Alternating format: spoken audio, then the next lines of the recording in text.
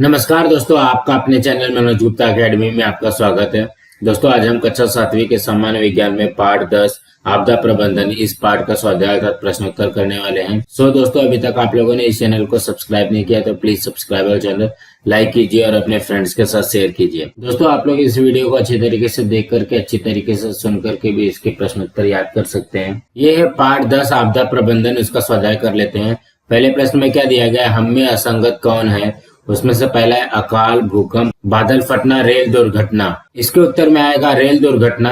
अन्य तीनों प्राकृतिक आपदाओं के नाम हैं। अब अगला करते हैं। दूसरे में क्या दिया गया, सूखा, अतिवृष्टि, तूफान, सुनामी। इसके उत्तर में आएगा सूखा। यह अकाल दर्शाती है। अन्य तीनों में पानी का समावेश है। अब अगला करते हैं। तीसरे में क्या दिया गया, लावा, गर्म, कीचड़, राख, टिड्डी दल का हमला। इसके उत्तर में आएगा टिड्डी दल का हमला। अन्य तीनों ज्वालामुखी के आवेग से प्राप्त पदार्थों के नाम हैं। अब अगला करते हैं। चौथे में क्या दिया गया, फसलें बह जाना, फसलों पर कीड़े लगना, ज्वालामुखी, फसल झुलसना। इसके उत्तर में आएगा ज्वालामुखी। अन्य तीनों फसलों से संबंधित हानियां हैं। अब अगला प्रश्न करते हैं। दूसरे प्रश्न में क्या दिया गया, इन आपदाओं के उपाय बताओ। पहला है अकाल। अकाल का क्या उपाय है। इसके उत्तर में आएगा पहला, पानी को अनियंत्रित तथा अनावश्यक उपयोग न करना।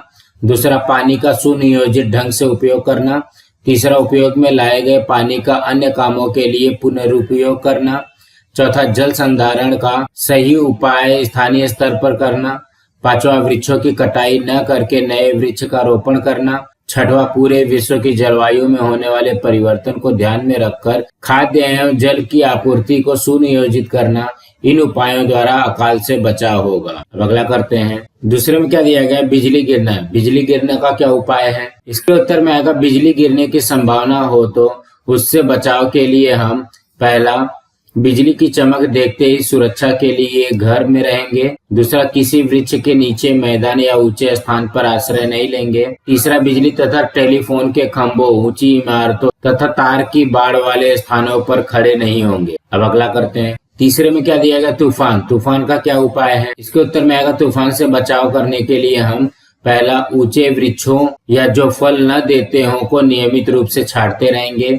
दूसरा, किसी सुरक्षित स्थान का आश्रय लेंगे। तीसरा, अपने ठिकाने की सूचना मित्रों, परिवार वालों को देंगे। चौथा, बिजली के सभी स्विच बंद या ऑफ कर देंगे। पांचवा, यदि संभव हो तो अन्य पीड़ितों की भी सहायता करेंगे। और छठवां, टीवी, रेडियो पर दी गई सूचनाओं का पालन करेंगे। अब अगला करते हैं। चौथे में क्या दिया गया, बादल फटना। इसका क्या उपाय करोगे। इसके उत्तर में आएगा, बादल फटने जैसी प्राकृतिक आपदा से बचने के लिए हम पहला, शीघ्र से शीघ्र किसी अति सुरक्षित स्थान पर आश्रय लेने का प्रयास करेंगे। दूसरा, पहाड़ियों के अत्यंत समीप, समुद्र, नदी के किनारों पर नहीं रुकेंगे। तीसरा, जहां तक संभव हो अन्य पीड़ित लोगों की सुरक्षा के लिए अपनी ओर से प्रयास करेंगे। अब अगला प्रश्न करते हैं। तीसरे प्रश्न में क्या दिया गया, सत्य है या असत्य, कारण सहित बताओ।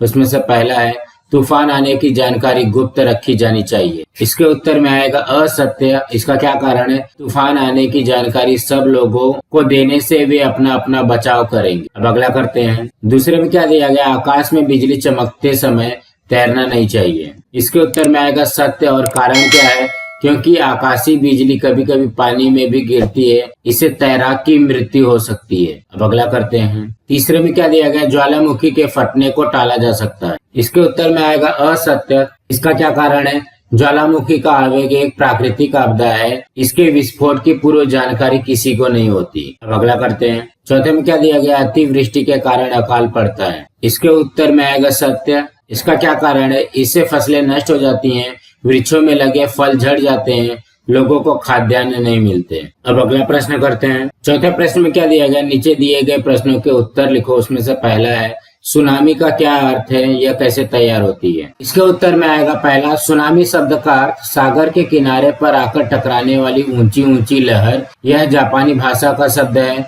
दूसरा, जब महासागरों की तली में भूकंप होते हैं अथवा ज्वालामुखी का आवेश उत्पन्न होता है तब इन लहरों का निर्माण होता है। तीसरा, इन दोनों के कारण बाहर निकलने वाली ऊर्जा द्वारा महासागर में विशिष्ट प्रकार की ऐसी लहरों का निर्माण होता है जिनका वेग 800 से 900 किलोमीटर प्रति घंटे तक होता है। अपने उद्गम स्थान पर कम ऊंची ये लहरें अत्यधिक वेग से दूर दूर तक फैल जाती हैं।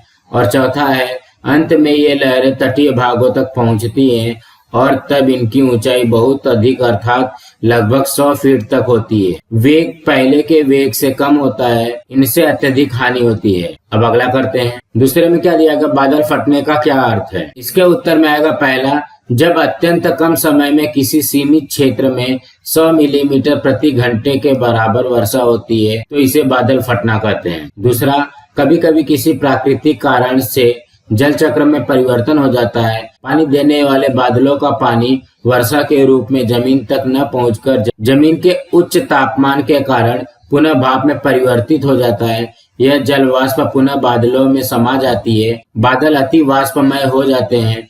जब इनका शीघ्र संघनन होता है तब प्रलयकारी वर्षा होती है। इसे ही बादल का फटना कहते हैं। मुंबई में वर्ष 2005 के जुलाई माह की 26 तारीख सभी याद करते हैं। अब हम अगला करते हैं। तीसरे में क्या दिया गया, ज्वालामुखी के परिणाम स्पष्ट करो। इसके उत्तर में आएगा, ज्वालामुखी के आवेग के निम्नलिखित प्रभाव है। पहला, भूगर्भ के रासायनिक पदार्थ लावा या शिलारस, जल वाष्प, गर्म कीचड़, गंधक इत्यादि भूपृष्ठ पर आकर संचित होने से उनसे ढूहे और पहाड़ियां बन जाती हैं। दूसरा, ज्वालामुखी से बाहर गिरने वाली राख और गैसों के कारण वायु प्रदूषण होता है। तीसरा, इसके कारण कभी कभी वर्षा भी होती है। चौथा, शिलारस के अंदर जंगल तथा बस्तियां दब जाती हैं। और पांचवा है, ज्वालामुखी द्वारा जनधन की हानि होती है और कभी कभी नए द्वीप भी बन जाते हैं। अब अगला करते हैं। चौथे में क्या दिया गया, बिजली से होने वाली जीवित हानि टालने के उपाय कौन से हैं। इसके उत्तर में आएगा, बिजली गिरने की संभावना हो तो उसके बचाव के लिए हम पहला, बिजली की चमक देखते ही सुरक्षा के लिए घर में रहेंगे। दूसरा, किसी वृक्ष के नीचे, मैदान या ऊंचे स्थान पर आश्रय नहीं लेंगे।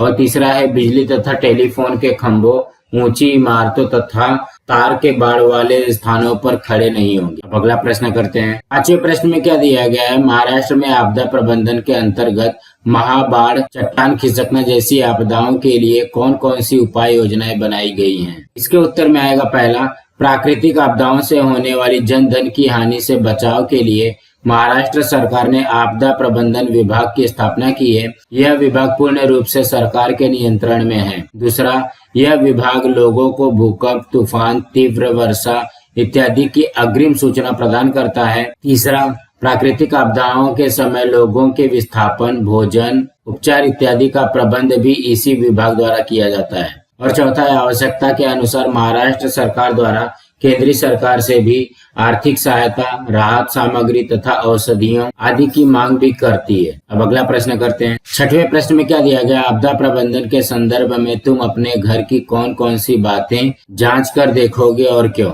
इसके उत्तर में आएगा, आपदा प्रबंधन के संदर्भ में घर में निम्नलिखित बातों की जांच करने की आवश्यकता है। पहला, जांच करें कि दीवारों पर दरारें हैं या नहीं, यदि हाँ तो जल्द से जल्द मरम्मत कराएं। दूसरा, जांचें कि कांच के शीशे और खिड़कियां सुरक्षित है या नहीं, यदि नहीं तो इसे तुरंत ठीक कराएं। तीसरा, जांच करें कि छत या दीवारों से लटकी हुई भारी चीजें जैसे झूमर आदि कसकर सुरक्षित है या नहीं, यदि नहीं तो तत्काल करवा लें। और चौथा, जांच करें कि कोई टूटे हुए बिजली के तार तो नहीं है, यदि हाँ तो इलेक्ट्रीशियन को बुलाएं और इसे तत्काल ठीक करवाएं। तो दोस्तों, आज हमारा यहाँ पे पार्ट 10 का स्वाध्याय कंप्लीट हुआ। दोस्तों, आप लोगों को ये वीडियो कैसा लगा आप लोग कमेंट बॉक्स में जरूर लिख करके बताइए। इस वीडियो को ज्यादा से ज्यादा लाइक कीजिए, अपने फ्रेंड्स के साथ शेयर कीजिए ताकि उनको भी प्रश्नोत्तर मिल सके, और इस चैनल को सब्सक्राइब कीजिए। नमस्कार दोस्तों।